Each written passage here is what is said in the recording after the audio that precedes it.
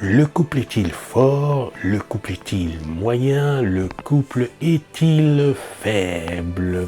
Bonjour, je suis Jean-Serge Moulumba, votre hôte de ce podcast dédié à vos relations plus épanouies. Si vous n'êtes pas encore abonné à la chaîne, je vous suggère de le faire dès à présent. Je vous suggère également de commenter, de liker et de partager autour de vous car cela m'aide à construire plus de contenu pour vous.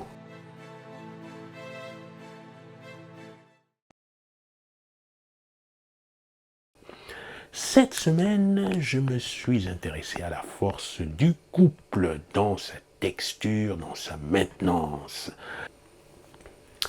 Je me souviens avoir rencontré il y a quelque temps de cela des personnes qui souhaitaient apprendre à danser et d'autres qui ne savaient pas exactement ce qu'elles voulaient par rapport à l'apprentissage de la danse. Je parle de la salsa parce que je donne les cours de salsa.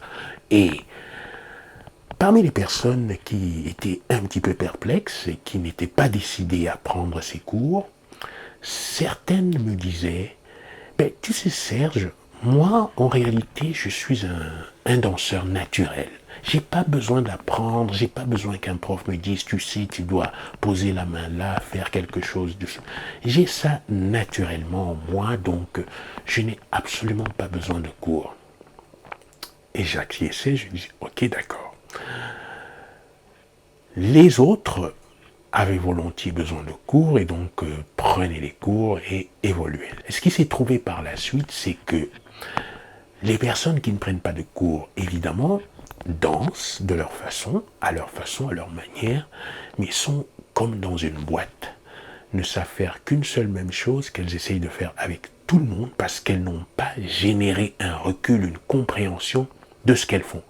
Elles n'ont pas idée de ce qu'elles font, elles ont simplement attrapé quelques gestes qu'elles essayent de forcer à chaque situation. Alors, bien sûr, elles peuvent prendre plaisir parfois ça peut être un peu plus difficile, mais elles s'expriment.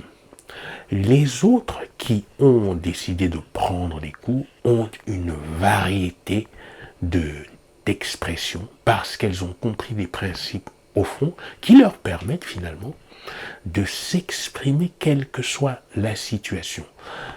Qu'est-ce que je voudrais faire passer comme message par là? Je voudrais dire qu'on a toujours deux possibilités.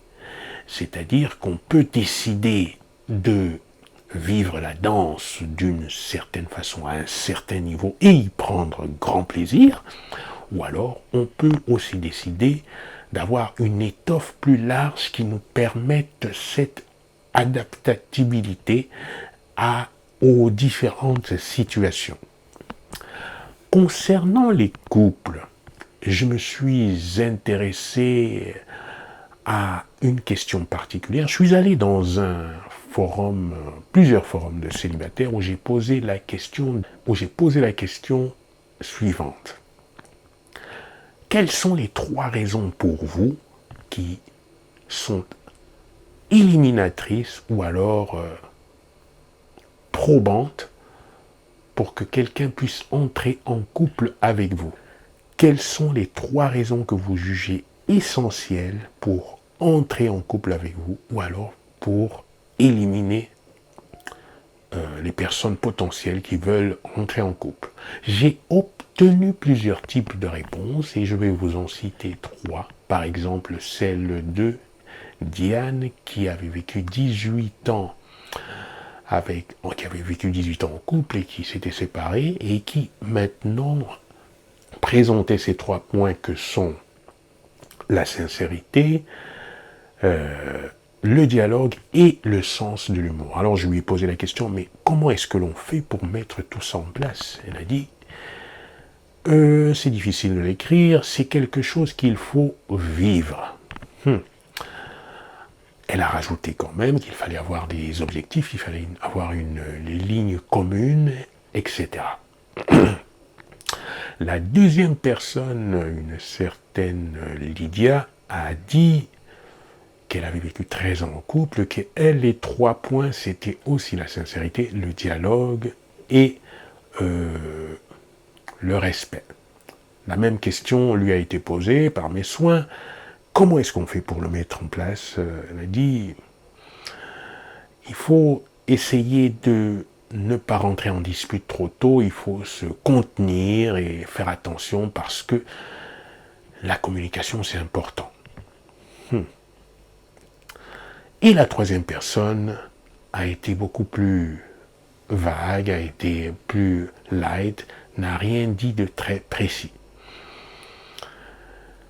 L'Institut Gottman qui existe et qui a été une référence, qui est toujours une référence en matière d'études scientifiques concernant les comportements en mariage et en couple, fait comprendre que l'amour est à la fois un art et une science. C'est-à-dire que pour se donner un minimum de potentiel de réussite suivant les critères qui sont établis par chacun, il faut un cadre qui permette la promotion de ce couple, de cette vie à deux, un cadre qui permette la maintenance de ce couple, de cette vie à deux, et un cadre qui protège ce couple, cette vie à deux, en cas de remous.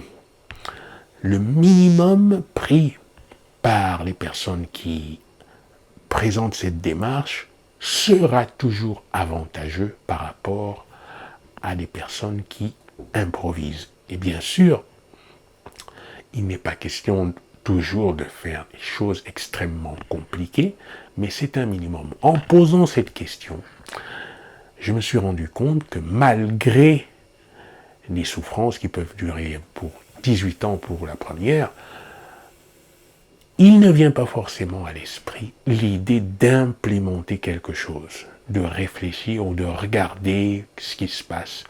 Parce que même si ça reste aussi un art et que chacun y va de son propre pinceau, la structure, le minimum de structure, nous protège de façon plus efficiente. Ma question pour vous est, quels sont les 3 points que vous avez aujourd'hui définis pour la maintenance, la protection et la promotion de vos relations en général, de sorte qu'elles puissent être assez stables et fortes. Évidemment, suivant ce qui se passe, la force, la moyenne et la faiblesse sont des zones qui peuvent aussi fluctuer, car c'est le propre du vivant que de cheminer au quotidien et de faire face à des choses à résoudre. Voilà, c'était le point sur la force, la moyenne et la faiblesse dans le couple. J'espère que le contenu vous a plu. Je vous retrouve la semaine prochaine pour un nouvel épisode. Attention, commentez, donnez vos 3 points et partagez le contenu autour de vous. À bientôt.